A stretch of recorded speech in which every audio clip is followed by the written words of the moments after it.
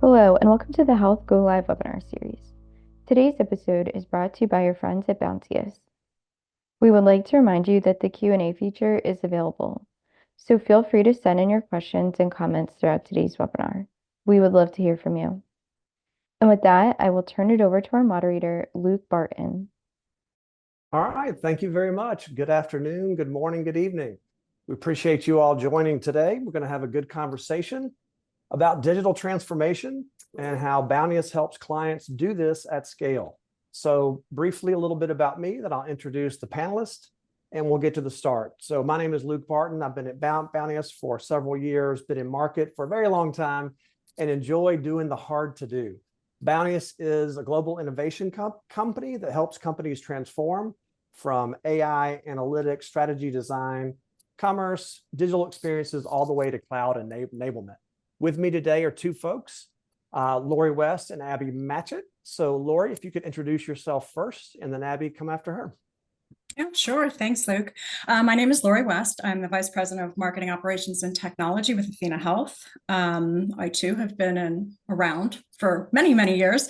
I think my focus over the last 15 years, I've dabbled through marketing over the course of my career. The last 15 years or so, I've been really focused on really driving strategies and pushing boundaries around technical innovation and process automation. Those are the things that really keep me up and keep me excited, is looking for brand new ways to optimize through technology and process optimization. Amazing. Hi, everyone. I'm Abby Matchett. I'm the head of strategy for our health business unit at Bounteous. And as Luke mentioned, we are a digital and business transformation agency. Like these two lovely folks, I do bring a strong background in marketing, and we have many years of experience between all of us. We won't put a number on it or a tag, but my background is really in data analysis and activation, and I have a deep expertise in healthcare and driving transformations in general. So my focus has always been on leveraging those strategic insights to create those impactful solutions. And those are solutions that meet client needs, they meet patient needs, they meet member needs, all of the experiences. So as you listen to us talk today, and as you think about the exciting things that Luke and Lori, who are two amazing professionals that I'm really excited to be here with today, I think a lot of the things we'll talk about will be translatable to all of your transformation needs and your customers that you engage with. So really excited to be here. All right, thank you both. So today's topic, setting healthcare organizations up for success and digital transformation. We'll talk a little bit about when Lori talks about what Athena Health does, their product itself, but we're going to focus our digital transformation typically around marketing technology, marketing processes, lead gen, and the like. So I want to kind of set the stage of where the pressure is coming from, when I'm sure all of you feel this as well, in that businesses are demanding so much from marketing teams. Marketing's been seen as a cost center for years. Now it's got to be a value driver, improve ROI all the time. Growth targets for all of us are steep, and we're told to do more with less. And there's an assumption, many of you may have come across, that there's a piece of technology out there that'll solve everything. If you've been following Scott Brinker over the years, he, for 13 years, has been tracking the MarTech landscape. He noted in the beginning 150 platforms, and now that's over 14,000 platforms that are considered part of the MarTech landscape. So it is difficult to sift through all that, find value, and get the most of that, and make sure that you do answer the call when business puts demands on you. So a lot of what we'll talk about today is not only platforms of that sort, but the processes and people that have to get on board and really buy in to make these things work and to transform, because transform is not a destination, it's a verb that just doesn't seem to stop. Another piece today, to make it interesting for our panelists, I'll be awarding bonus points for each one who can talk about a disaster story. I think that everybody's had them, and we all need to learn from them and joke a little bit about them. So Abby, I may put you on the spot to give me some therapy and diagnose the problems that I did in my disasters. So we'll get to those throughout the call. Challenge last accepted, thing. Luke. Thank you very much. Last thing, this conversation's a start. And if you'd like to talk with us more, we're always here. We'll be at Health in Vegas next week. So reach out and set up some time with us. We'd love to see you there. All right. So with that said, I want to kind of narrow down now into the Athena Health case. Lori, you were drawn to Athena Health for a number of reasons, I'm sure. I'd like you to describe all those and give us some context and kind of set the stage for what kicked off this endeavor to transform. Yeah, sure. So those who don't know Athena Health, we're a healthcare technology company that provides cloud-based services and solutions to independent practices, health systems, payers, partners, and patients across the whole healthcare ecosystem. We've been around since about 1997. We offer a comprehensive suite of products and services that improve clinical effectiveness, patient experience, and financial performance. Over the course of our being in existence, we have gone public, we've come back private. We're at a point now, as we're seeing things going on in the general marketplace, where we're really dedicated to helping cure complexity, simplify the practice of care, and grow our business, essentially, making it, even bringing our products and services out to the healthcare industry. And with that, there was a lot of work that we decided we needed to do from a transformation perspective to help us grow our business. Marketing at Athena is actually very much on the forefront, which is very refreshing as a marketer. And so we're seen really as a growth driver for the organization. And so for Athena to be able to reach these ambitious growth goals that we have, we actually needed to evolve our marketing pretty dramatically. We had a lot of technology, but not thought out in a way that was going to get us to where we needed to be. So it's kind of a little bit of a backdrop there. Gotcha. That's great. I think it's interesting to walk into a situation where technology is not thought out the way it needs to be, because we've all been there. Things organically take a shape of their own, and programs, processes evolve, devolve, and you get to a point where you've got to make big change. And so you've done this before, and this is another round for you, I think. Tell us about what was attractive to this case for you. This is round two for sure. When I was looking for a change, number one, Athena Health drew me in. Just the entire value proposition and the vision of the company is something that I very much believe in. But number two, the fact that that we had a starting point. It's interesting. Marketing technology it evolves so quickly, and people they look at the new shiny tool and it comes into the ecosystem, and I think that's where Athena had found itself. We had a great foundation of tools in the ecosystem, but we didn't have all of the connectivity that was required. So the full integration, data architecture, the foundational elements hadn't been established. And for me, it's like picking out and solving a really complex puzzle. And so for me, it was something that really drew me in. And the fact that the company had this ambition and was investing in really taking and transforming its marketing function, not just from a technology perspective, but a process perspective, and really fundamentally changing how we work, was super appealing to me. I'd gone through it, as I said, the first time around, it was kind of a clawing and digging your way in, and marketing wasn't seen as that growth driver. It was more, Luke, as you said, we're that cost center. And so the value in all of the work that we were doing, though seen, wasn't even in the same, realm of where this is today. And so for me, it was a super exciting opportunity to come in and really help transform and drive something that I personally believe in. That's great. So there are big, audacious goals and funding. So that is key. The value is known, and the imperative to change is clear for everyone. That's great. And then as you were coming into the organization, Bounteous was introduced as a partner to accelerate. And Abby, you were key to that. Kind of set the stage for us and tell us what you walked into, what you were seeing at that time.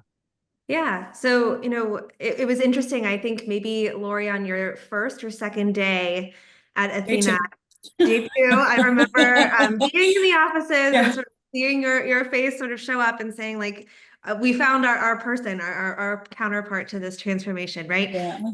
I think for us, coming into this, like Lori said, we knew that there was a strong foundation. In fact, Athena Health had invested in some of the biggest names, brands, technologies in the industry. And so it wasn't a lack of having technology that we identified. It was an alignment situation around what should the technologies be doing, and really like what are the jobs to be done for the organization to then meet those goals. And so as we were, sort of starting to partner and investigate, there were these gaps that existed to either connect the technologies together or to utilize them in a way that was meaningful.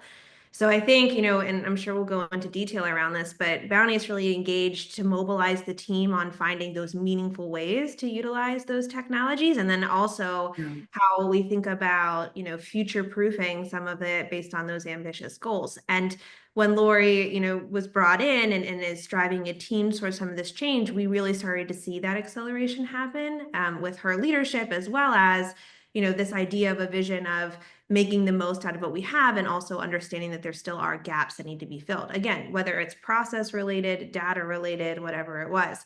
So I think the foundation was there, people were bought in, but there was also a lot of socialization that had to be done, right? There was a lot of stakeholder alignment that I think while everyone had the funding and while there was the budget and while there was sort of this understanding that it's important, it was sort of also a need for, well, what's in it for me and how does this impact my organization and those types of things. So those conversations were still very much in play in the beginning of this work.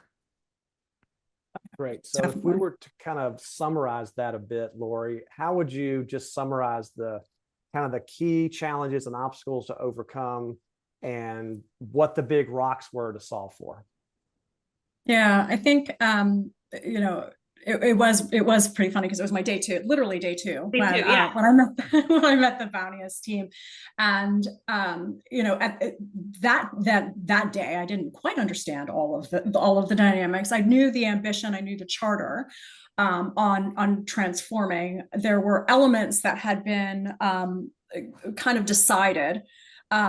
And I think over the course of the first 30 days, it was full on, drinking from the fire hose, drowning from the fire hose, if you will, trying to really find find that baseline of what we needed to build from.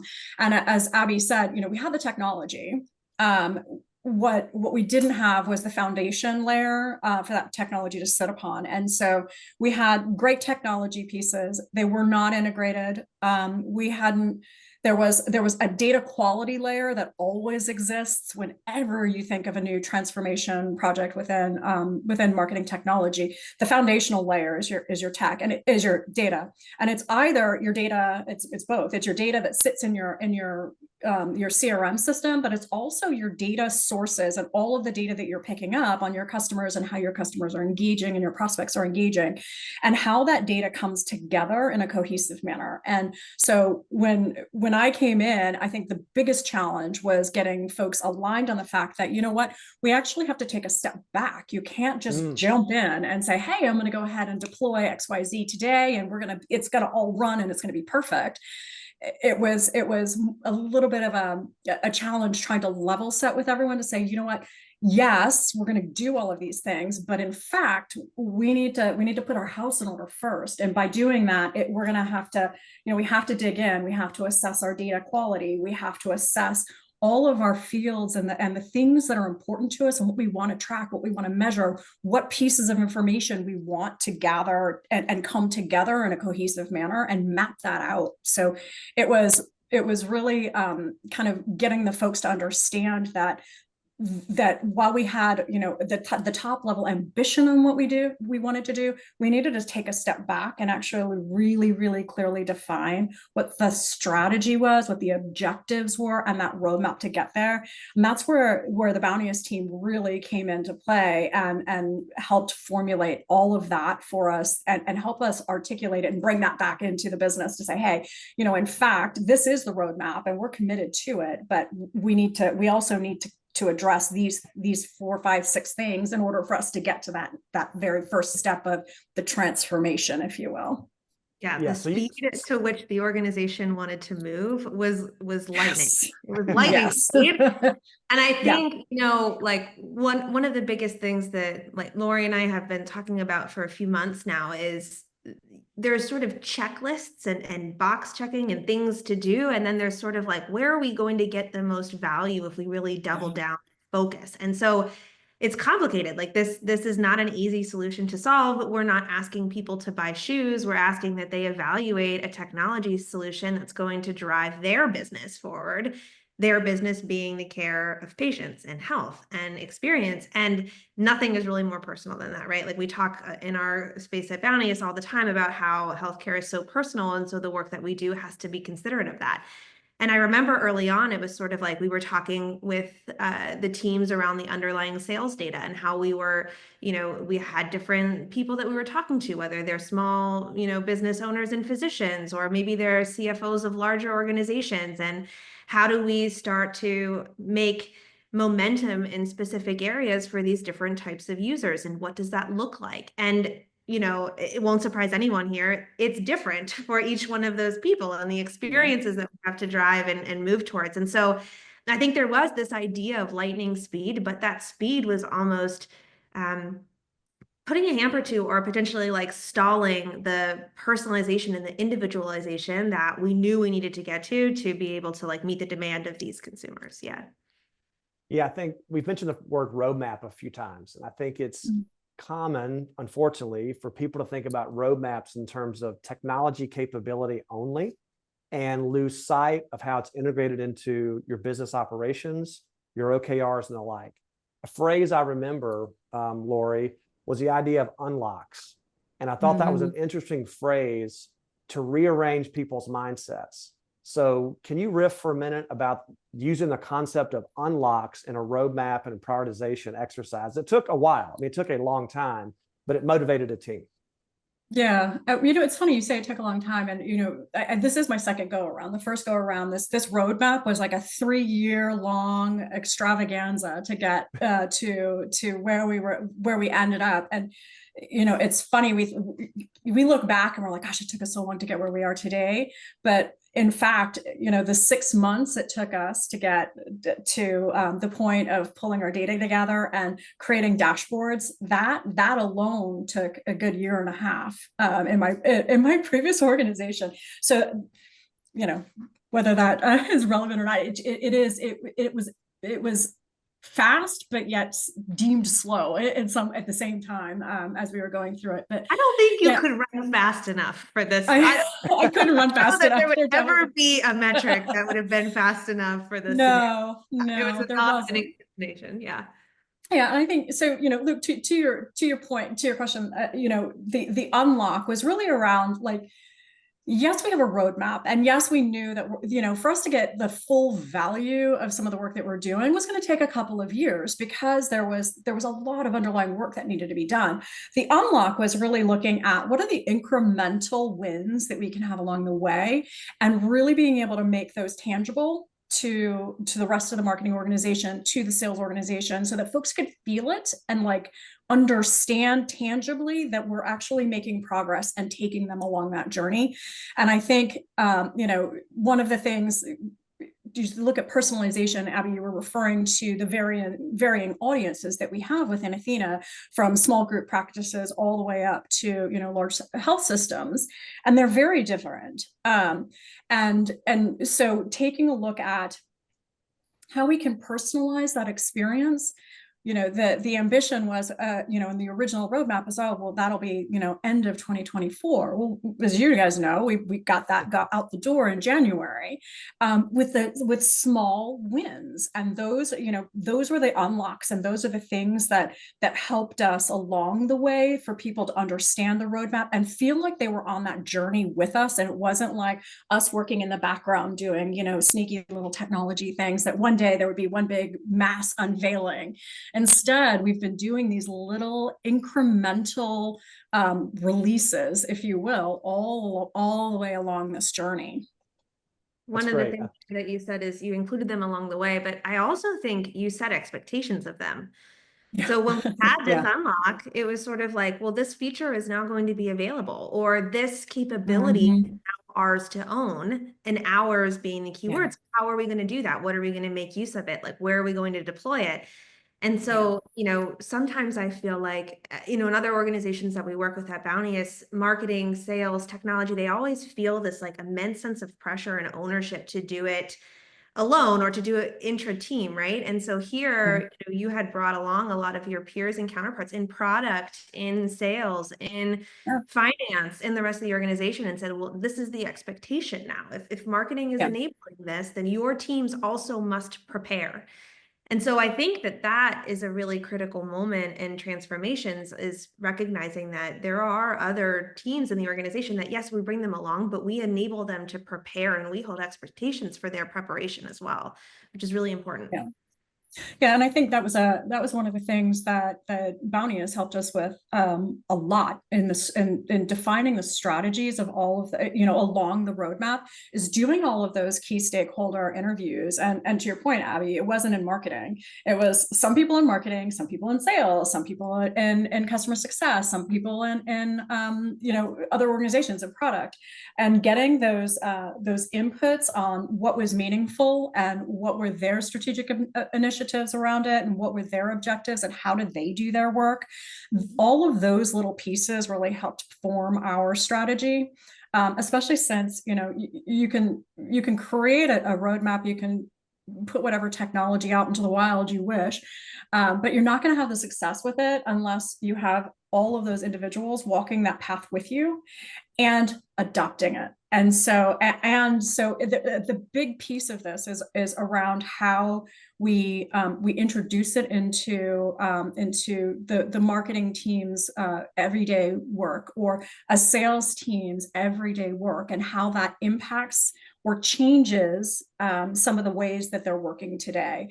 And we're just now on that precipice. We're really getting into the pieces that are going to drive the fundamental changes, which is really exciting. I think 2025, again, we're going to continue to evolve this with a lot more process definition and change within marketing and sales.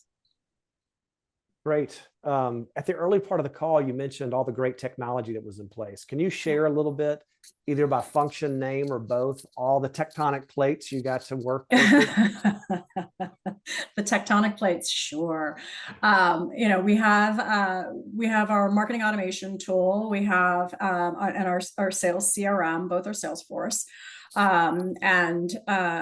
and we were using elements of Marketing Cloud, but not fully. It wasn't fully implemented. It wasn't fully connected in with our sales with the Data Cloud. We had an ABM tool in place that we had it connected to the web, but it wasn't connected into our Adobe Analytics platform. It wasn't connected into our Salesforce platform either.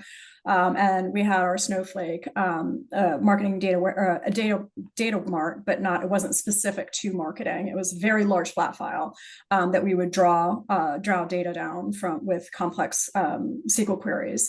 And then we have, obviously our CMS for the website and our digital asset management tool in place as well. And they're all great tools. And they were all very much siloed. And so for us to take a look at, performance on something, it was really accessing multiple systems and trying to figure out and connect them all together, versus getting to see, hey, if we're going to put a brand new message in market, see how it resonates, and all the way through the journey that an individual might be on, and those from a user perspective is really all about how we can simplify, how we can provide the information that somebody is looking for at the point they're looking for it, versus just us throwing up information. So it was very fragmented, what we had available at the time. Yeah, and there's one I did not hear that was missing. Talk Oh, about what the did I miss? CDP. Well, the CDP wasn't in place at the time. Yeah. So CDP. Luke, phrasing of the question. I know you're going to phrase the Uh-huh. question the right way. I was looking at what we had. Yeah. So CDP was absolutely something that we were looking at. I said, so if you think about, like, as I started talking about all the fragmented data, and we had, pieces of what individuals were doing across different platforms, but none of them were coming together. And so we did know that a CDP was going to be central to our strategy. As you know, we went through a very rigorous RFP process with you guys helping lead the charge on, everything from creation of the RFP, helping identify the best in class vendors, and then helping us really assess which CDP platform was actually going to be the best one for Athena. There's a lot of great products out there, but it was really about which one was going to address all of the needs that we had. And I think we spent a significant amount of time really assessing what exactly we wanted this CDP to do. How did we want this CDP to support sales? How did we want the CDP to support onboarding? How did we want the CDP to support our marketing endeavors? What data sources did we want to aggregate, and how we wanted to pull together a complete picture of a user, of a customer or a prospect, and pull them all together. So, yeah. I think here too, so the CDP was an integral strategy. The other thing, Lori, that wasn't there, and you mentioned this, is that you had a data mart in Snowflake, not a marketing data mart. And so, maybe this is a little bit of a learning for everyone. If we could have done this differently, like, would we have structured the data mart and the data quality a little bit earlier than the CDP implementation? 100%. I think we would have. And so, as it goes back to identifying the customer data platform and Athena specifically, we were so excited and ready and wanting to move towards that. And I agree, we did an amazing job. It was one of the best vendor selection processes, right? We had all of the demos on site. We got really deep into the details. And then we were kind of waiting to some extent for the data to be ready.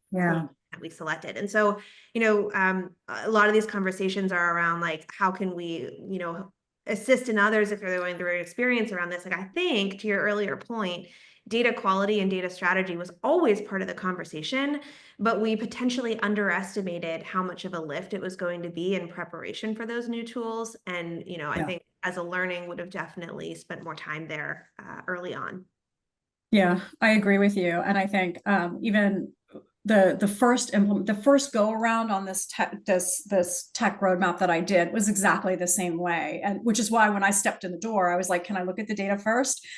Because I knew after the first go around that it's so core to the success of the project.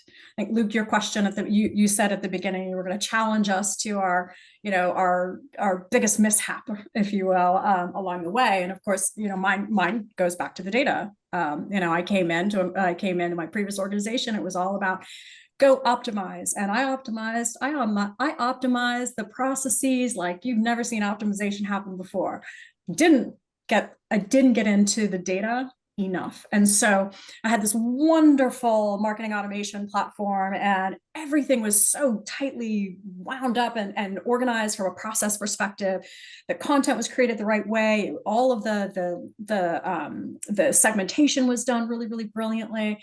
The builds were on time. Everything else was running really, really smoothly. And we set that thing off to fire. And lo and behold, one of the first few sets of messages that go out, the emails came back to me, and a gentleman responded back to me directly and said, "You might want to check into your data quality." And so I looked at the message that we sent this gentleman, and it said, "Dear Robert," and in parentheses next to Robert's name, "Do not call him Bob." And then went on with the message. And so, live and learn on that one.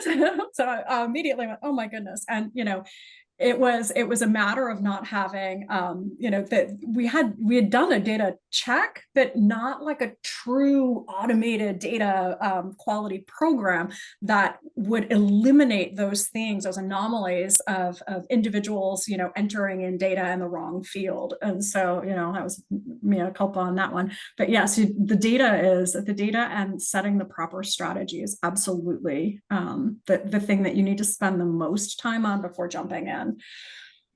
Yeah, great story. Thanks for that share. Bonus points Bonus awarded. points. Ah, check. All right. Now, CDP, shiny object. Everyone's got an opinion. Everyone's got a bias. How did you go about prioritizing use cases that would be the ones you went with 1, 2, 3 to 10 and had to say no to folks? Like, what was that process like? Yeah, we took the approach of, we created a grid. We were like, all right, here's the grid. Highest value, lowest effort. And we took a look at sample use cases. Partnering with Bounty as partnering with our CDP partner, we looked at what the kind of minimum viable or starter kit use cases could look like, and we took a look at where we were in our journey and our roadmap to understand what data we had available today, what we could actually get going with in a rather rapid pace, and start to see value. And so for us, the very first and one of the easiest ones was audience suppression, and suppressing Athena employees, patients, and stuff like that out of our outreach from a media perspective. And you could do it bidirectionally, right? You could also say, hey, I'm gonna take all my existing customers out and target new customers, or go the opposite direction. And so for us, that was a really quick and easy as we did the grid. We also focused a lot on the initial use cases, on making sure that we had the right data ingestion, and that all of this work that we were doing was all flowing together the way it needed to be, and that the stitching was coming together, and we were getting the complete picture. And then also understanding that more complex use cases rely on the data that's already been ingested, and your ability to go in and apply analytics, machine learning, take a look at how you can identify and do predictive intent. So we needed to have some data ingestion, and we really looked at what was going to drive us the highest value in the shortest period of time with the least amount of effort, and as well married to where we were on our roadmap. That's great. And then I heard that word got out and people got excited and started to come to you and get in line. So like, what kind of excitement did this create? Yeah, it's actually really exciting. I think, we're at a point where we're just starting to see our, initial use cases providing value, which is, I think, actually very, very good. That we just deployed the CDP into our environment in July. And we have 3 use cases live today, 4th one coming live here very shortly. We'll have 6 by end of year. And I think now that we're starting to explain in really deep detail what it means, but putting it into the context for sales, putting in the context of our onboarding and operations teams, now they're seeing ways that they can actually use the CDP themselves. And so now it's like, hey, can we also ingest this data? And what about this data over here? So what we're doing to address that is we're standing up a steerco. And so we have a cross-functional team of individuals that we're putting into place. And those are the individuals that are going to help us prioritize. So we're going to have representation from marketing, from sales, from our sales operations team, and then as well as customer onboarding, operations, et cetera, so that we can take a look at what we believe is going to, number one, what is the data showing us? And number 2, how do we want to prioritize these in terms of release throughout the course of 2025 and onward? That's great. Abby, I want to get to a question that's in the Q&A, but first I want to ask Lori one question. A lot of people get excited about the new thing and they say they're in. How are people expressing willingness to adapt their processes to take advantage of this and take on the responsibility of change to leverage this capability? That's a really good question. I think some change at any point is challenging. I mean, I think about coming into Athena and like doing process optimization that was separate from some of the technology. Even that was it was a change and it was a challenge.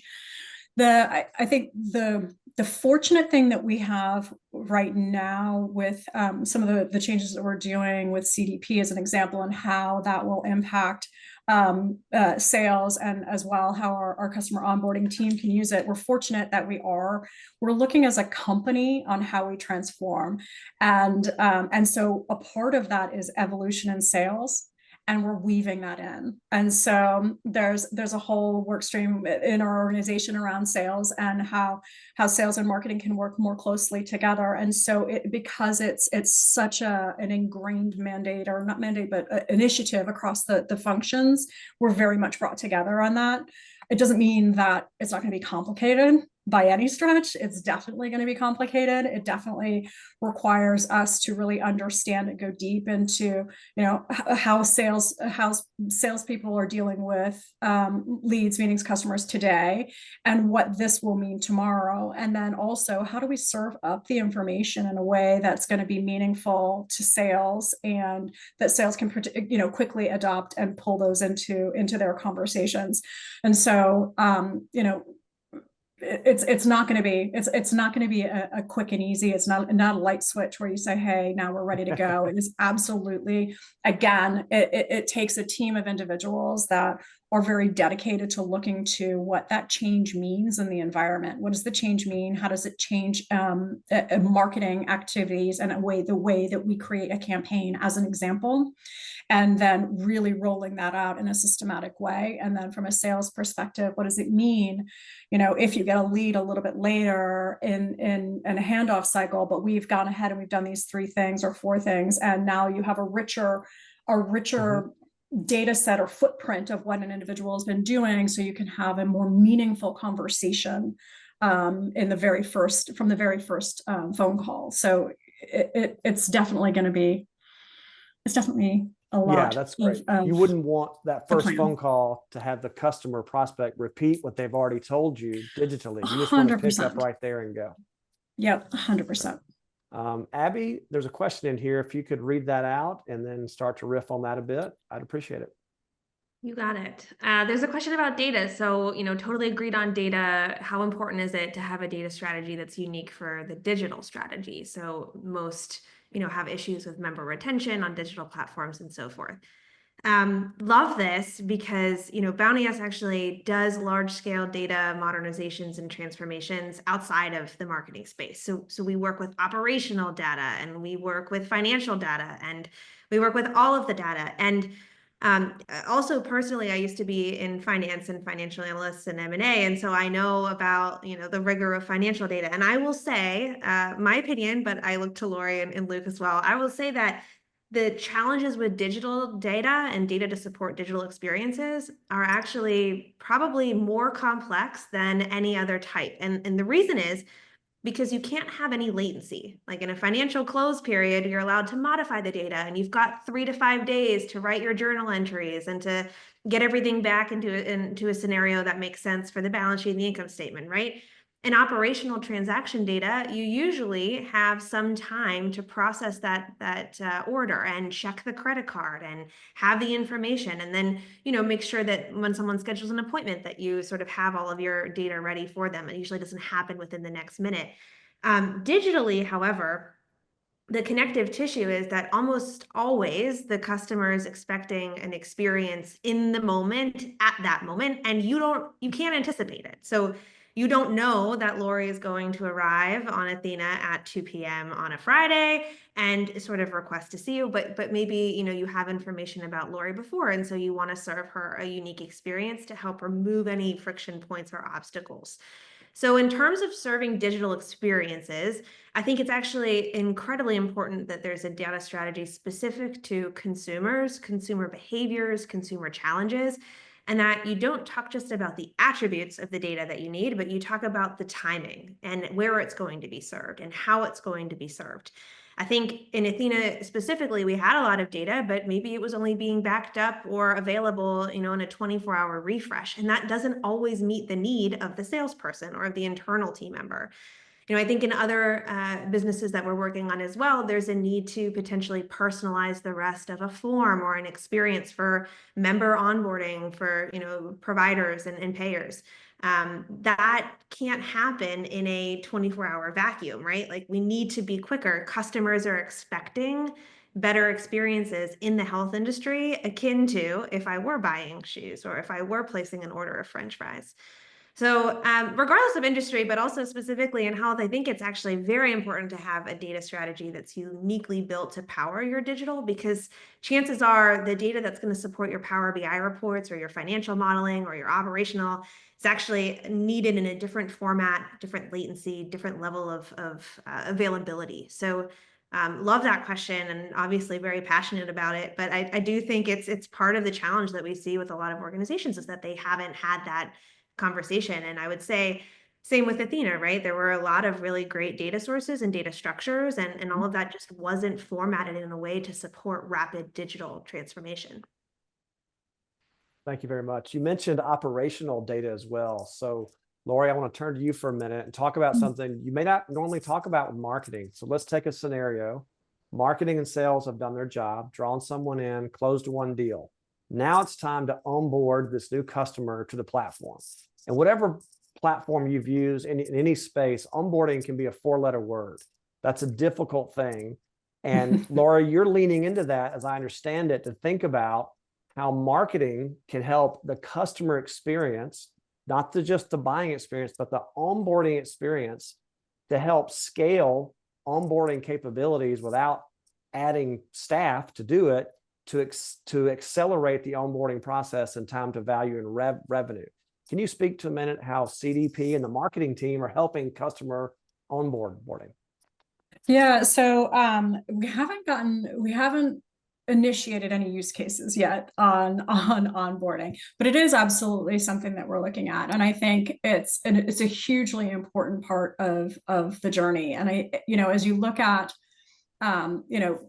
post sale, especially in our world, we could have an onboarding could be 30, 60 days all the way to 18 months, 2 years, depending on size and complexity of an organization. And so what does that communication look like across that entire journey? How are we continuing to engage? How are we doing pulse checks with it? So, this actually goes way beyond marketing in Athena, and it's an initiative that has been underway for a while to really assess and go through our entire onboarding organization and look at, how things are handled today, how our customers are feeling about onboarding, and every step where we feel like there are areas for improvement and continued communication with our customers along that journey. So this one's a little bit more than just marketing, Luke. Yeah, I think it's great that marketing starts it with the funnel all the way through to advocacy, and the things just don't stop. There's a lot of work to get to that phase. Yeah. So far we've talked a lot about data strategy. We've mentioned lead management and adapting processes using a CDP, a marketing data warehouse. We leaned in a little bit, Abby, to the web experience, but didn't go too deep into that. Can you start to tie that together on how those foundational pieces are going to be utilized or have been utilized to deliver digital experiences on the web and beyond web for an omni-channel experience?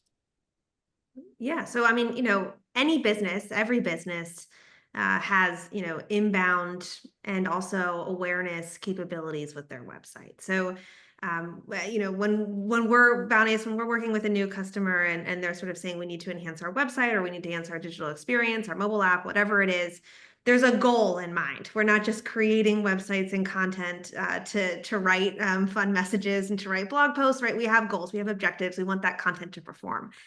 And so, this web experience really had to be and have a place in the B2B sales funnel that Lori was talking about. It had to have an actual function. We had to be thinking about what the function of the site was in the context of the sales funnel and the customer experience, and where we really needed to up-level our team to be able to deliver content and experiences around whatever gap it was filling in the funnel.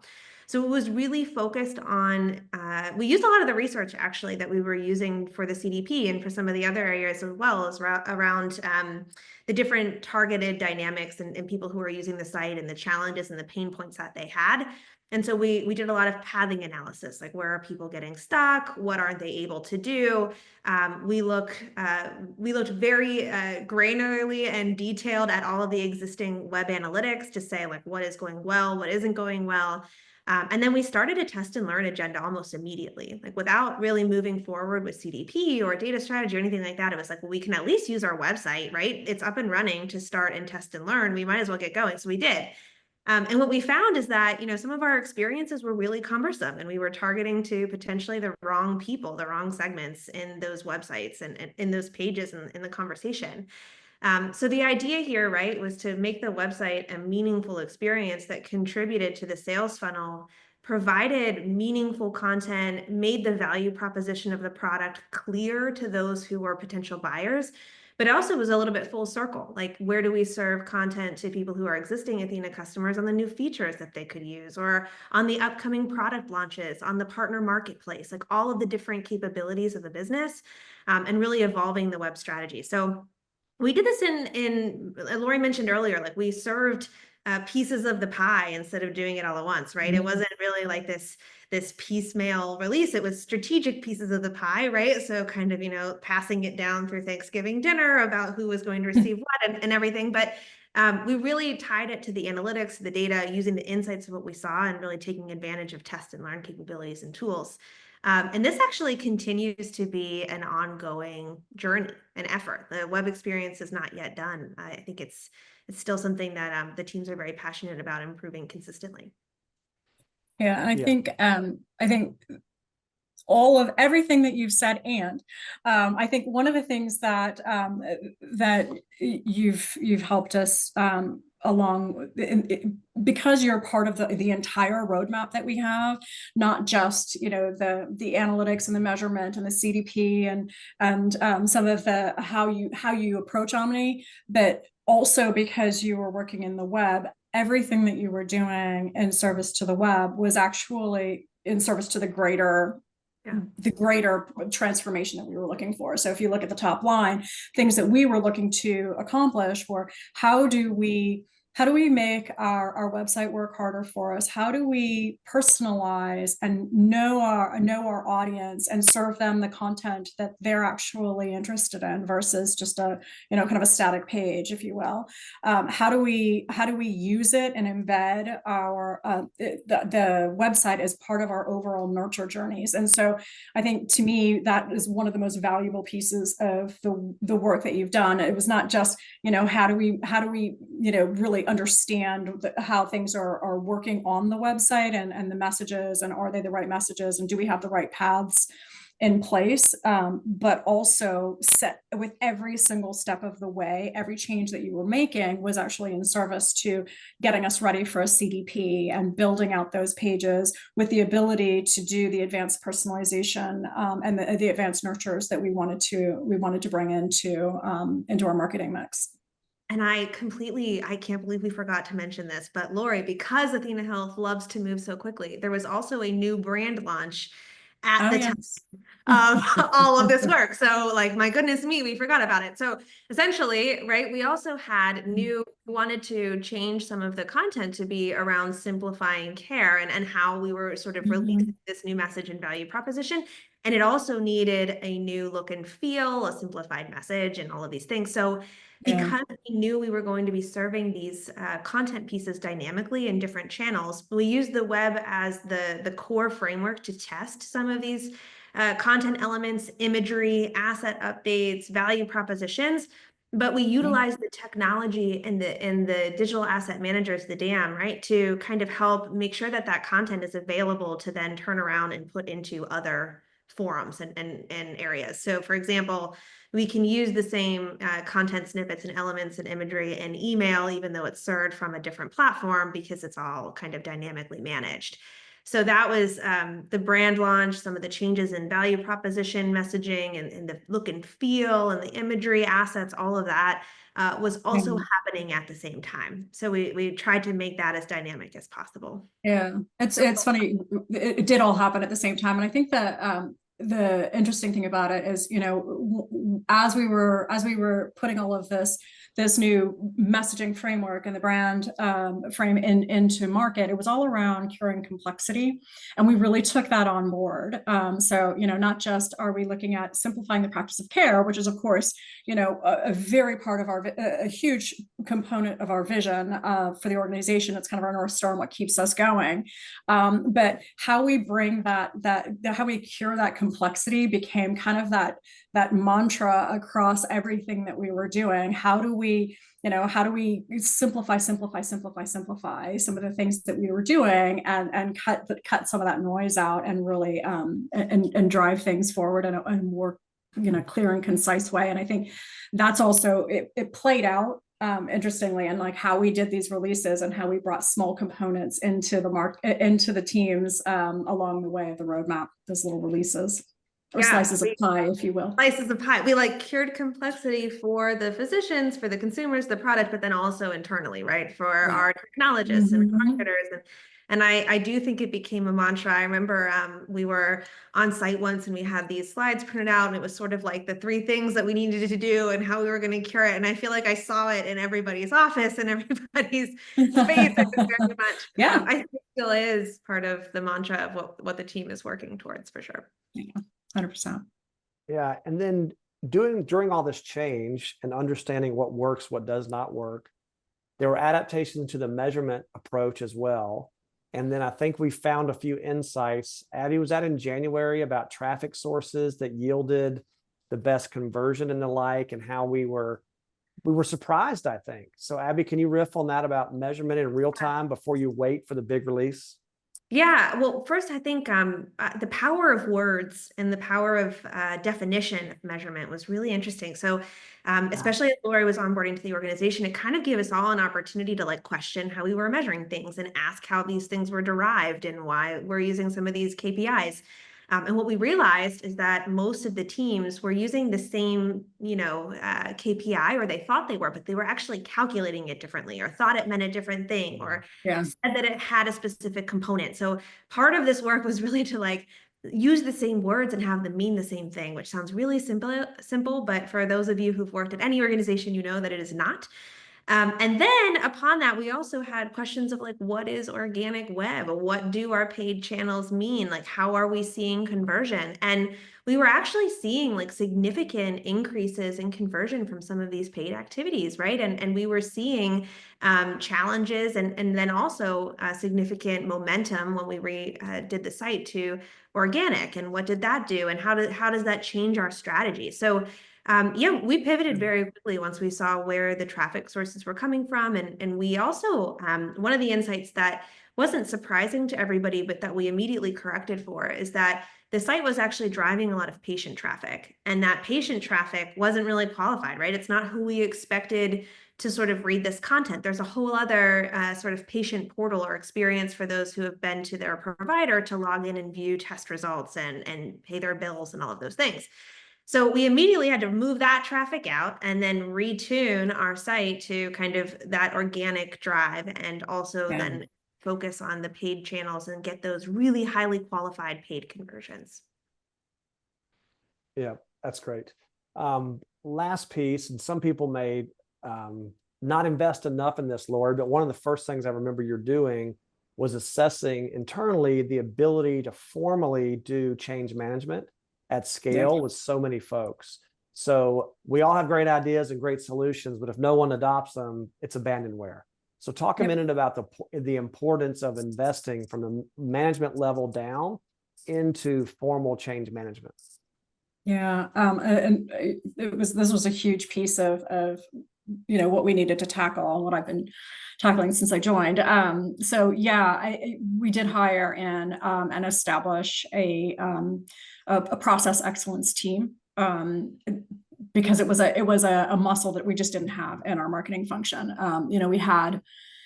We had individuals that would help with things like content creation and creatives, but not necessarily being able to go in and have that deep understanding of how to take a massive project with many, many lanes associated with it and bring that forward, and get people to adopt the change and really go in and understand why people do things the way that they do today, and how that how they could be adapting tomorrow and recreating those processes. So I brought in a leader for that team very early on when I joined, and have been shoring up the skills. So we do agile releases, agile methodology in all of the work that we're doing. We have quick sprints. We have our Scrum team set up all over the place for the work that we're doing. And now we have, from a process and change management perspective, we have Six Sigma, Black Belt, and Green Belt competencies now within the team to help drive drive the change in a very organized fashion. Yeah, that was really helpful for us partnering with you, because we often think when we're done with our thing, you're just good to go. And that's not the case. You have to work backwards to bring along multi-lane, multiple groups for readiness, excitement, and get them fired up to embrace the change and do the thing. So I thought that was a key addition that you brought on board.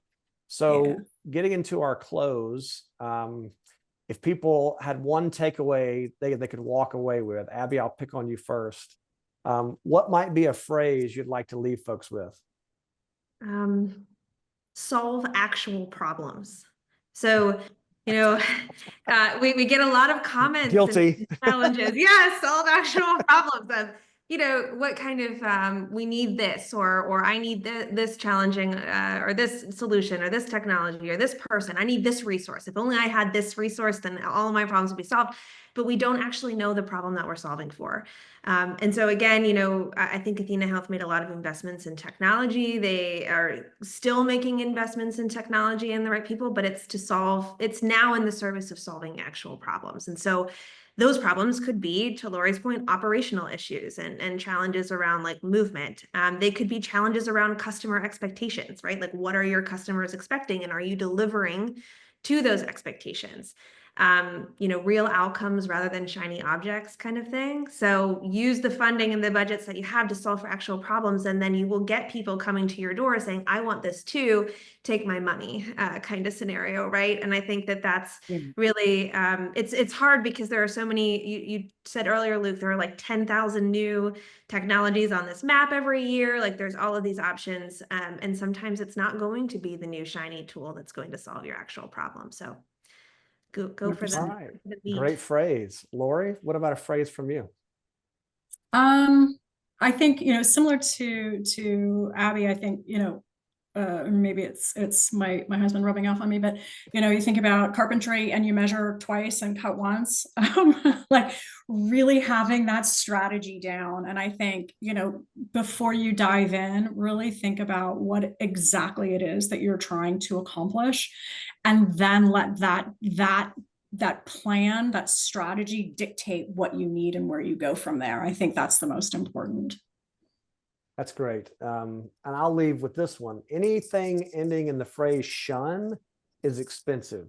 So transformation, innovation, migration, these things hurt a little bit. So buckle up and be prepared for some bumpy roads. Work with teams that can deal with problems as they come and solve things as you go, and get your incremental wins, and stay in it for the long haul. Don't be in there for a quick win only. Be in there for a series of wins over a long period of time.